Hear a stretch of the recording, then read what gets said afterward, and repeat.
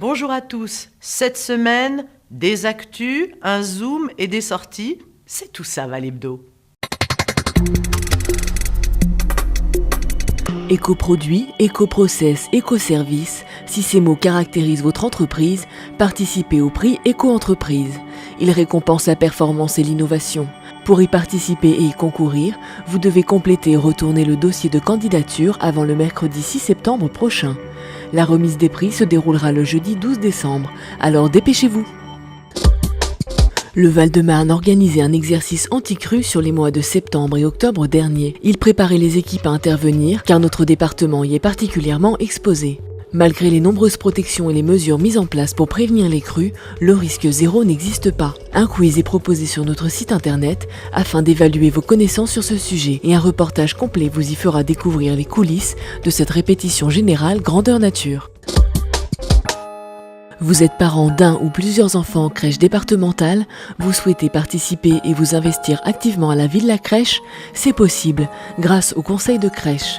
Vous avez jusqu'au 31 octobre pour vous faire connaître auprès de la directrice de la structure et vous porter candidat.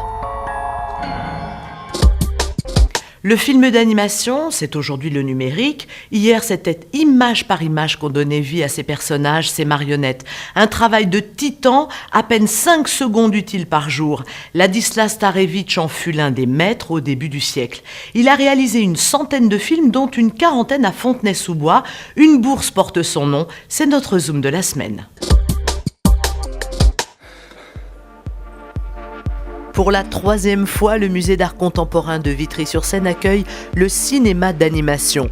Vendredi 18 octobre, on y remettait la bourse Starevich du Conseil général.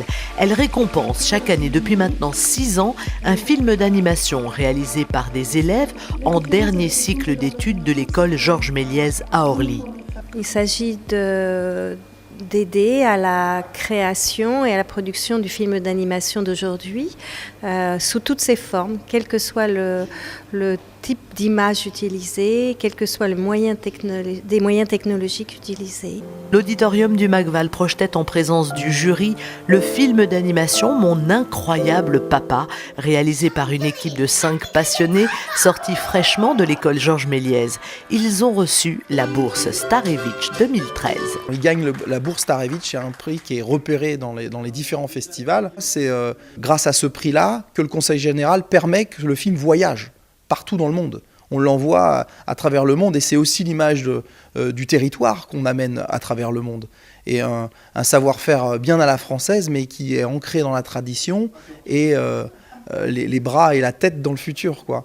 Et ce film-là, en général, celui qui gagne la bourse Starevich se voit voyager à travers le monde et gagner de nombreux prix dans les festivals.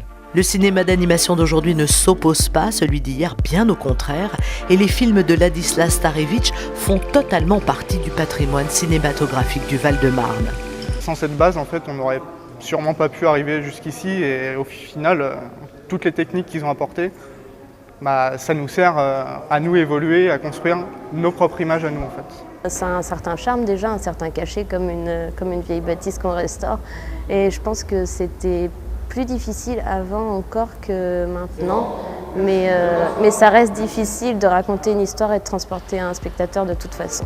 Depuis une vingtaine d'années, Léona Béatrice Martin, Val-de-Marnaise et petite fille de Starevich, accompagnée de son mari, ont entrepris un vaste chantier de restauration de l'œuvre pour la remettre à disposition du grand public.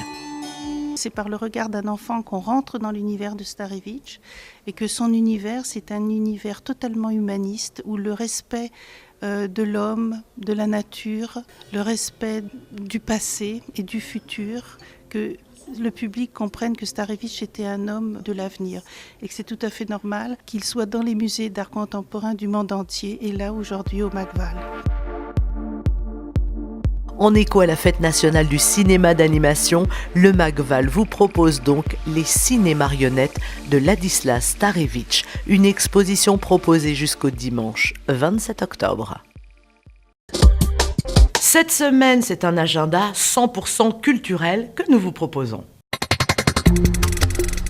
Une nouvelle exposition arrive au Macval et en France pour la première fois, celle de Renaud Auguste Dormeuil, In Cloud Me Out. L'exposition se déroule comme un parcours initiatique, réunissant productions récentes et œuvres clés. Elle se construit à partir d'une question simple. Est-ce le temps qui nous traverse ou est-ce nous qui traversons le temps ? Vous êtes invité à partir de 18h30 au vernissage de cette exposition, vendredi 25 octobre. Elle s'installera au Macval jusqu'au 19 janvier. Que ce soit à travers les dispositifs scolaires ou les ateliers de création, les écrans documentaires veillent à transmettre un esprit critique et un cinéma de qualité. Ce sera encore le cas lors de cette 17e édition du mardi 5 au dimanche 10 novembre à Arcueil et Gentilly.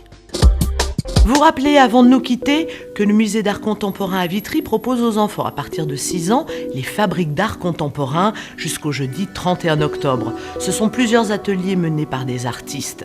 La création est donc au rendez-vous de ces vacances. Très bonne semaine à tous et à jeudi prochain.